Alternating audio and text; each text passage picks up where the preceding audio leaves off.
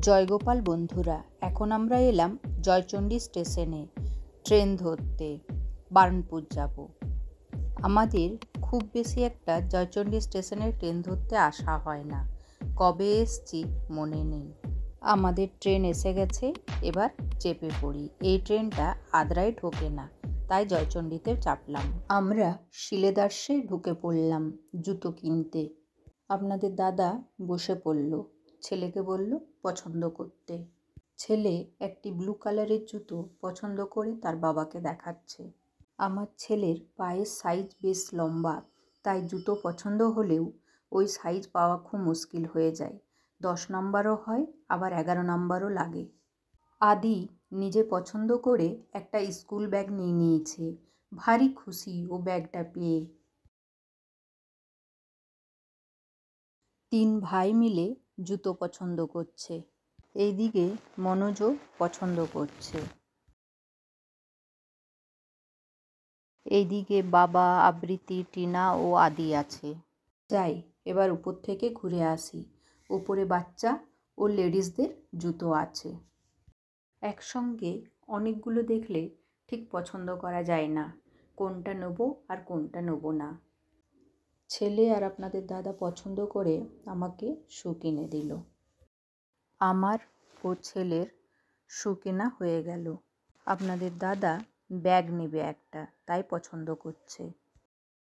বোন ও মনোজ, ওদের কেনা হয়ে গেছে, ওরা আমাদের জন্য ওয়েট করছে।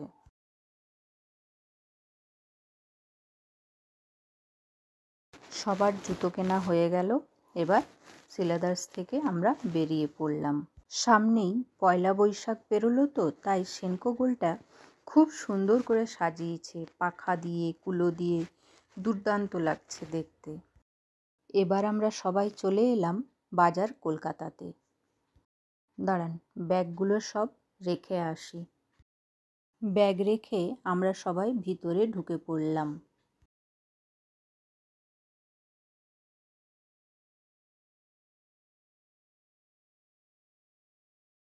কুর্তির কালারগুলো কি সুন্দর না? কাপড়টাও খুব ভালো। এই পাশে আবৃত্তি সিলেক্ট করছে, আর আদি মাম্মামকে খুঁজতে খুঁজতে চলে এলো। সেকেন্ড ফ্লোরে এলাম ছেলের জন্য একটা শার্ট নেব বলে।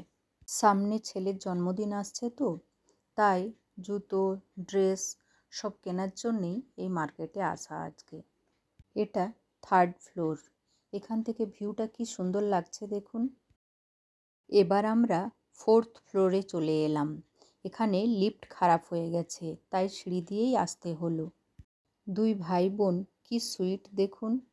দিদি আপন মনে গান করছে, আর ভাই ওয়াটার বটল পছন্দ করছে। নেওয়া হয়ে গেল। এবার বিল কাউন্টারে বিলটা করিয়ে নিই।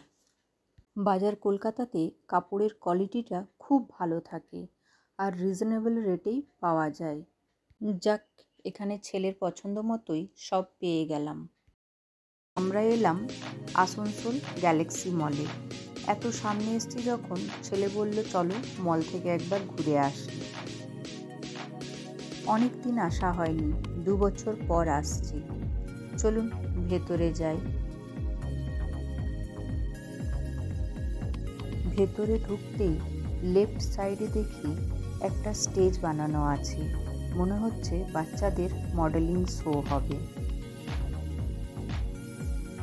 এই যে স্টেজটা, বাচ্চারা এখানেই একটা রুমে রেডি হচ্ছে। 7টার দিকে শোটা শুরু হবে। যাই, 3rd ফ্লোর থেকে একটু ঘুরে আসি।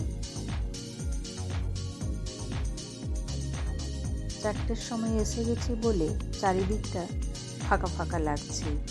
গরমের দিন সন্ধে 6টার আগে কেউই ঘর থেকে বেরোয় না। ছেলের একটা ইয়ারবাড কেনার আছে, তাই দেখছি। যেরকমটা চাইছিল সেটা পেল না, অন্যগুলো পছন্দও হলো না।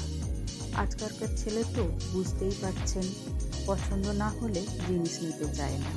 আপনাদের দাদার সঙ্গে একটা ছবি তুলে নিলাম। এখানে টি শার্টগুলো বেশ ভালো পাওয়া যায়, কাপড়ের কোয়ালিটিটাও খুব সুন্দর থাকে। নিচে নামতেই চকলেটের দোকানটা বেশ লোভনীয়।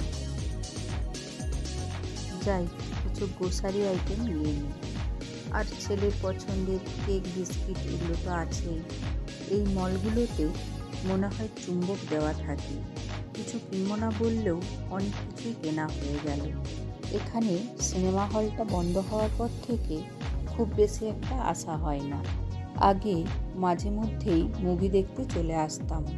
বেশি দেরি করা যাবে না, ট্রেনের সময় হয়ে যাচ্ছে। যাই এবার বিল কাউন্টারের দিকে।